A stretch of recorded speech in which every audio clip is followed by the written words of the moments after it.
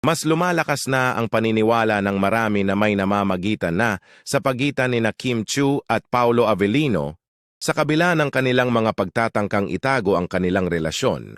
Sa mga nakaraang linggo, lumabas ang iba't ibang mga pahayag at kilos mula sa TV host actress na tila nagpapakita ng tunay na pagmamahal niya para sa kanyang espesyal na kaibigan. Ang kanilang mga galaw at interaksyon ay hindi na nakaligtas sa mapanlikha at mapanlikhang mata ng publiko.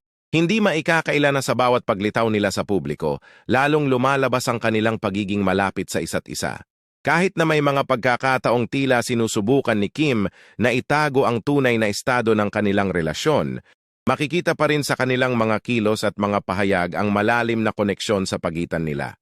Ang mga tapat na tagahanga at mga netizens ay tila hindi napapaligaya sa mga pahayag na kanilang ibinabahagi, kundi sa mga kilos at pagtutulungan na nagiging basehan ng kanilang mga hinuha.